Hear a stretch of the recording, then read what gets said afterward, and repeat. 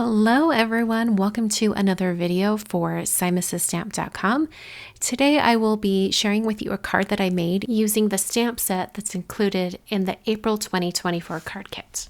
And for my color inspiration for this card, I'm taking cues from the pattern paper that is included in the kit. This has a really eclectic mix of different styles and patterns and just different colors all throughout this selection of paper. And I was really taken by the colors, so I thought I would use that as inspiration. So I picked out a few different colors of Simon Says Stamp Positively Saturated ink that go well with the pattern paper. And then I'm going to prep my images for painting in a watercoloring style. So I'm first going to be removing the stamps from the packaging. This is the Wild and Free Flowers stamp set. Such a fun stamp set.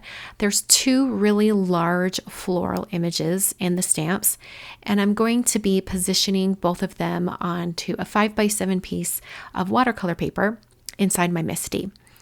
And I've put a sticky mat inside there too so that I can have these stamps kind of bleeding off the edges of my watercolor paper. So I'm picking up the stamps with the door of my MISTI, and then I'm going to prep that area with an anti-static powder tool, and then stamp the images and gold heat emboss them. I'm using the clear embossing ink that's included in the kit for all of my stamping. I'll just ink up all of those stamps and then close the door of my MISTI and very gently press down on top of those stamps to get a clean impression. Now this is onto some watercolor paper that's a little bit textured, so I actually stamped the images twice so that I could get the best impression possible. So after I stamped the images a second time with that clear embossing ink, I then removed my watercolor paper from that sticky mat. And that's easy to do. You just bend back the sticky mat and then that watercolor paper should come right off. I used some gold embossing powder over these images, and there is a gold embossing powder from Simon Says Stamp included in the kit. I wasn't quite ready to open up a new container of embossing powder, so I'm using Brutus Monroe Gilded, but that Simon Says Stamp gold embossing powder is a very comparable product, and it is included in the kit for March 2024.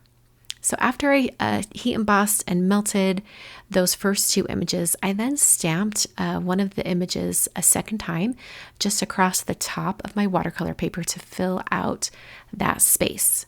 So I hit it with my heat tool until everything was melted, and then I adhered my watercolor panel to a hardboard so that I can paint and not have to worry about the paper kind of warping or pulling up from the hardboard. So now I'm taking a slick surface. This is a palette from Art Impressions, and I'm smushing down my ink pads for my 5 colors of ink. I'm just smushing them down and creating like puddles of ink on my palette. And I'm going to be picking up each one of these colors and painting my project.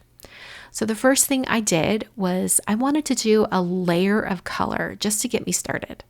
So I did just clean water across the entire surface, and then I started dropping in color. And I've sped up the video here so you can kind of see the process, and it doesn't take too long. But basically the idea behind this technique is you're going to do an underpainting of color, and then you'll be painting more specific images on top. So this very first layer of color is all over my watercolor paper, regardless of any lines of images. I just wanted that color going everywhere. I hit it with my heat tool, and as I dried it with my heat tool, I made sure to not keep my heat tool in any one place too long so it would not remelt that embossing powder. I kept it moving. And once it was dry, I came in with a second layer of color, and I just started building up the color on these images. I tried to make each petal or each shape of the flower dynamic by having one color at one end of the flower petal and another color at the other end. So for here, I've got blue on one end, then I'm going to add in a little bit more of that galaxy color just to get some dynamic color blending. And I did that over here on this leaf as well. I started with the blue, the cadet color, and then I came in with the brighter pink, which is called Rose. And I'm going to be blending those leaves between those two colors. And you can add the colors on both ends and then wet your brush and bring in just a damp brush to sort of massage those two colors together.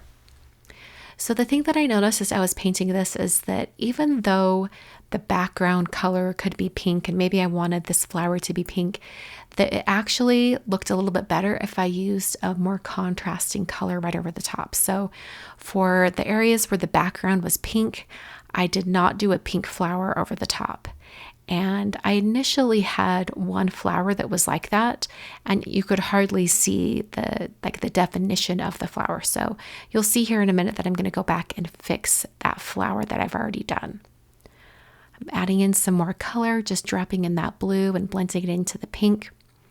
So I decided to do some water droplets, and I'm just splattering that off the edge of an acrylic block. And I also smushed my ink pad onto that acrylic block and added water to get a little bit more paint going. And I did a few different colors. I used the purple and the pink and the lighter blue, just trying to get some little splashes of color. And then I cleaned up any areas that were kind of intense and then came in and picked them up with a paper towel. Now, the positively saturated inks reactivate with moisture, just like distress inks do. So I actually splattered on some clean water and then used a paper towel to pick that up, and it sort of bleaches the color. So here's that flower where I just wanted a little more definition on top of that pink background. So I added the galaxy color right over the top on the edges of the petals, and that really seemed to define the edges of that flower much, much more. So I'm going to let that dry, and while it was drying, I did my greeting. So I decided to use the Thinking of You greeting from the stamp set, and I stamped it onto some smooth white cardstock. This is Neenah Classic Crest Solar White 80-pound cardstock.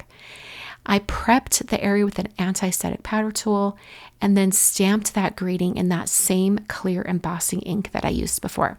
I'm going to do this in the same gold embossing powder so that it matches the lines of my flowers. So I just tapped that on and then tapped off the excess, hit it with my heat tool until the embossing powder was smooth and melted. And then I went around the edges with a pencil and just sort of drew in an outline so that I can cut this out with my scissors. I do this a lot for images or greetings where I don't have a matching die. And I find that just using a pencil to go around those outer edges before I start to cut it gives me a better result. I think it makes the space around the image or the greeting look a little bit more even, and I get a better result. So I just went around with that pencil and then cut it out with my scissors. So at this point, my watercolor panel was completely dry. So I removed it from my hardboard, taking off that tape, and then I cut it down using Waffle Flowers A7 layers dies. I wanted to make this a 5x7 card and have a nice substantial margin or kind of matte that's in white around my very colorful background. So I used one of the smaller shapes and ran that through my die cutting machine. And then I took my clear embossing ink and went directly to the edges of my watercolor panel, adding that embossing ink just right on the edges. And then I dipped each edge into my container of embossing powder. Now, if you don't have your embossing powder in a container like this, you can dump some out onto a piece of paper, dip your paper in, and then you can kind of fold that paper and funnel it back into the embossing powder container. Then used my heat tool to melt that gold embossing powder on the edges.